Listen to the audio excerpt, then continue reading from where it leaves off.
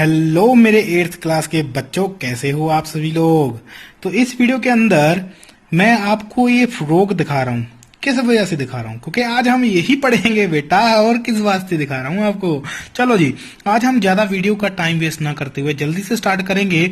तो बेटा ये लाइफ साइकिल बनाया हुआ है फ्रॉग वाला। तो फ्रॉग का ये लाइफ साइकिल पहले तो बताऊंगा लाइफ साइकिल होता क्या है। लाइफ साइकिल होता है जैसे साइकिल का पहिया होता है ऐसे घूमता है ना, तो उसी तरीके से कि बार बार वही चीज दिखाओ आप, बार बार वही चीज होती रहे। देखो होती भी है।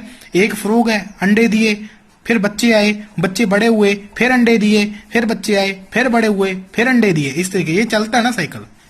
तो इसीलिए हम इसको लाइफ साइकिल बोलते हैं। लाइफ का साइकिल जो चलता ही रहता है इसी तरीके से, बंद नहीं होता।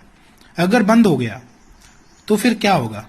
तो जितनी प्रजाति बूढ़ी हो जाएगी, जो प्रजाति बुढ़ी हो जाएगी वो क्या हो जाएगी? खत्म हो जाएगी एक दिन, और फिर दोबारा से फिर वो स्पीसी बनेगी नहीं। समझ लो मेरी बात। तो लाइफ साइकिल हमेशा चलना चाहिए। तो जुकाम हो रहा है, अरे कोरोना केस ना आ जाए मेरा। चलो जी, कोरोना से सभी बचे रहो बेटा, कोरोना वायरस से बच के रहो। तो सभी सीरियस हो जाओ इस चीज के लिए। मास्क पहन के रखो, हाथ पैर धो के रखो। चलो जी, अब देखो क्या दिखा रहे हैं। एक अडल्ट फ्रॉग है। अब उस अडल्ट फ्रॉग ने क्या किया? एग्स ले किए। एग्स कहां पे ले किए? पानी के अंदर ले किए। लेकिन एक चीज आप ध्यान में देखो भाई, मैं एक चीज बोल रहा हूं कि जो एग्स है वो ले किए पानी के अंदर। अब एग्स जब ले हो गए पानी के अंदर, तो एक मेल आया। मेल ने देखा कि अब एग सक्रीट हो चुके हैं फीमेल के द्वारा। तो एक मेल आया, मेल ने अपने स्पर्म उस एग के ऊपर डिस्क्रीट कर दिए। करने के बाद जो एग और स्पर्म की रिक्वायरमेंट पूरी हो चुकी है, तो पानी के अंदर ही फर्टिलाइजेशन हो जाती है। एग्स और स्पर्म ही तो चाहिए, सेक्सुअल रिप्रोडक्शन तो हो जाती है। ये सेक्सुअली रिप्रोड्यूस तो होते हैं, लेकिन इनकी जो फर्टिलाइजेशन है वो एक्सटर्नल होती है, पानी के अंदर होती है। बात समझे? अगर आपको ये 2-3 बातें नहीं समझ में आई तो पिछली वीडियो देख लो एक बार। जो बच्चे न्यू आए हैं तो वो पिछला पूरा कंसेप्ट देखना बहुत जरूरी होता है। चलो जी, फर्टिलाइजेशन हो गई। अब एग पूरा मैच्योर हो गया, फर्टिलाइज हो चुका है। अब इस एग ने अब क्या करना है? अब उसके अंदर जो पल रहा बेबी है, बेबी फ्रॉग का बेबी है, अब वो बड़ा होगा, फिर एग को तोड़ करके बाहर आएगा। अब वो ये एग तोड़ दिया मैंने, ऐसा इसका मतलब ये नहीं कि ये एग शेल होता है उसके ऊपर हार्ड होता है, नहीं नहीं, जेली टाइप होता है। जेली टाइप मतलब अब जब बच्चा बड़ा हो जाएगा फिर इस तरीके से दिखेगा आपको जैसे मछली होती है। ठीक है जी। तो फ्रॉग का एग हमेशा जेली टाइप होता है। जब ये इस तरीके से दिखेगा, अब देखो ये मछली की तरह दिख रहा है। अब जैसे मछली होती है, मछली की तरह उसके जो बैक पे एक फिन भी आपको दिखाई दे रही होगी। एक फिन दिख रही है और एक आपको टेल दिख रही है। टेल के ऊपर फिन दिख रही है, जो कि आपको मछली की तरह दिख रहा है टोटल। जो ये फर्स्ट स्टेज होती है, जब मैं कहूं कि फ्रॉग के बच्चे को क्या कहा जाता है, फ्रॉग के बेबी को क्या कहा जाता है? टेडपोल कहा जाता है।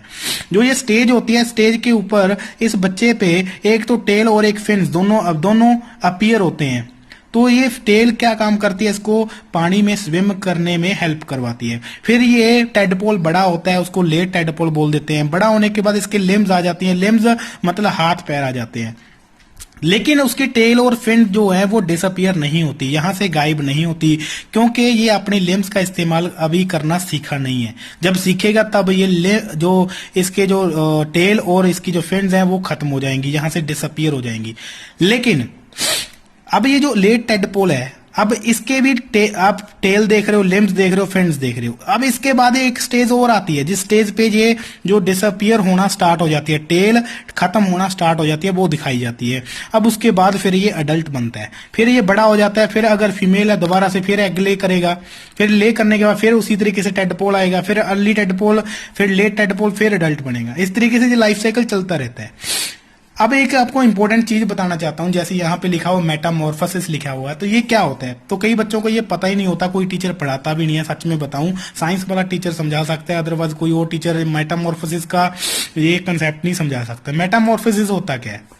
जब किसी फ्रॉग ने एग को ले किया, ले करने के बाद जब वो एग फर्टिलाइज हो गया, फर्टिलाइज होने के बाद जब वो अर्ली टेडपोल उसमें से अपीयर होता है, अर्ली टेडपोल बनता है। ये बड़ी इंपॉर्टेंट बात है।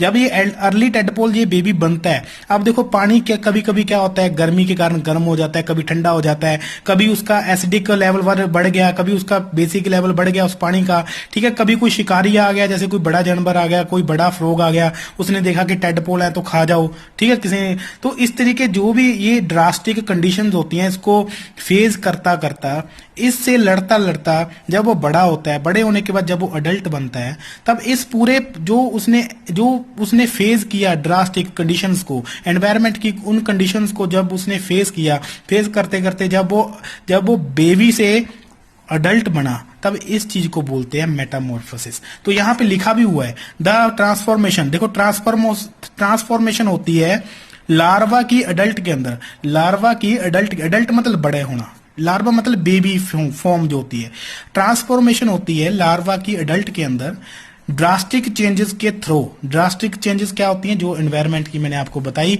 कि जो कंडीशंस होती हैं उनको सभी को फेस करते करते जब कोई ऑर्गेनिज्म बड़ा होता है, तब उस वाले को क्या बोलते हैं, मेटामॉर्फोसिस बोलते हैं, ठीक है। आपको पेपर में आ सकता है कि मेटामॉर्फोसिस इन फ्रॉग, ठीक है। जब आपको आ सकता है लाइफ साइकिल इन फ्रॉग, तो आपने ये हिसाब लिखना है। अगर मेटामॉर्फोसिस आ गया तो आपने ये लाइन जरूर लिखनी है, the transformation of larva into an adult through drastic changes is called Metamorphosis, ठीक है जी। तो आज इस वीडियो के अंदर मैं इतना ही करवाऊंगा। नेक्स्ट वीडियो में मैं आपको एसेक्सुअल रिप्रोडक्शन करवा दूंगा और उसके बाद ये चैप्टर खत्म हो जाएगा। तो आज इस वीडियो में बस इतना ही बेटा। देखते रहा करो, लिखते रहा करो, कमेंट कर दिया करो। Thank you so much.